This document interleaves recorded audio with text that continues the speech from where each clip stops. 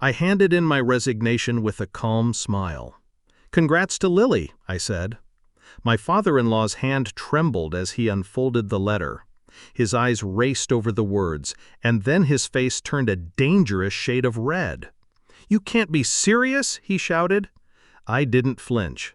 I let him erupt while I stood perfectly still, the calmest person in the room. He had no idea he was already finished. Backstory setup. 3 years ago, I believed in loyalty, believed in family, believed in him. When I first joined his company, it wasn't for the paycheck, it was for recognition. He had promised me that if I worked hard, if I sacrificed, if I proved myself, there would be a place at the table for me. Not as the boss's daughter-in-law, but as a professional, as his equal.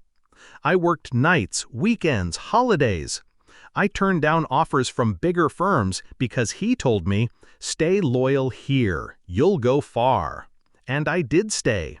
Even when my husband sneered that I was trying too hard, even when whispers spread that I was only advancing because of family ties, I kept my head down and let my work speak, until the day it didn't matter.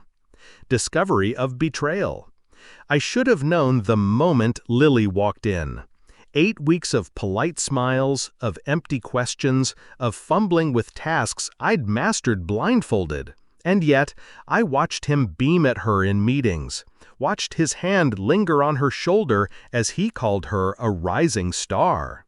The promotion announcement was a formality, but when I heard it, the room went cold. "Congratulations to Lily, our new director." My ears rang, not because I lost, but because it was never mine to begin with. He had been grooming her all along. My 3 years of sacrifice were nothing but camouflage, a way to keep me in place while he lifting her up. The betrayal wasn't professional, it was personal. That's when I stopped being the dutiful daughter-in-law. Shift in mindset. I didn't cry, I didn't beg, I smiled. That night, while they toasted Lily with champagne, I started building my exit. Quietly, meticulously. 3 years in his empire gave me everything I needed. Knowledge of his accounts, his contracts, his weaknesses. I had been his shadow. He didn't realize shadows see everything.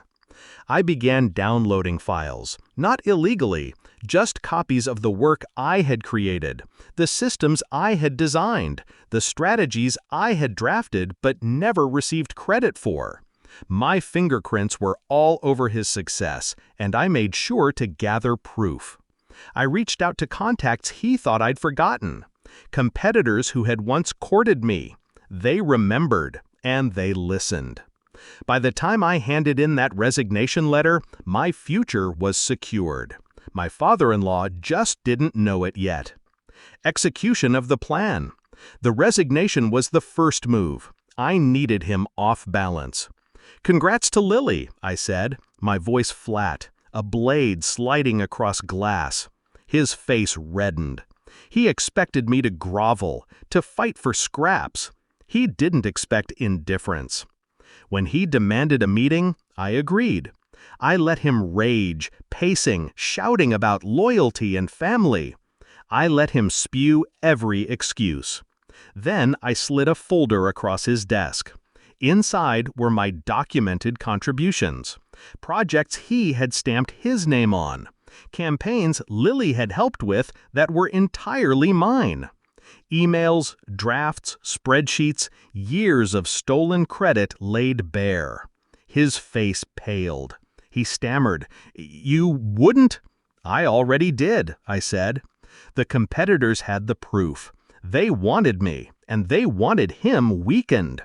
I had signed my new contract 2 days before handing in my resignation. The irony? He trained me to be ruthless. I just learned faster than he realized. Climax and confrontation. He leaned forward, sweating, voice cracking. "You're making a mistake. Your family. Family." The words soured on my tongue. I thought of my husband, who never defended me, who laughed at my late nights, called me the workhorse. He didn't know I'd already moved out my things, filed for divorce, and locked the door on that chapter. I stood, smoothing my jacket. "Family doesn't stab you in the back," I said.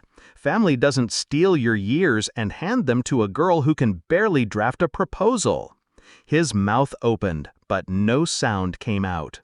For the first time, he looked small, helpless. That was my payoff. Watching him crumble under the realization that he had underestimated me. Resolution. I walked out of that office with nothing in my hands but everything in my control. 2 weeks later, headlines rolled in. His company lost its biggest account. The same account I had nurtured, whose executives followed me to my new firm without hesitation. The empire shook. He tried to hold it together, but the cracks spread fast. Lily wasn't ready, and everyone saw it. His decision, his betrayal, became his downfall. As for me, I didn't celebrate. Revenge isn't fireworks, it's silence after the storm. The satisfaction of knowing justice was carried out with precision.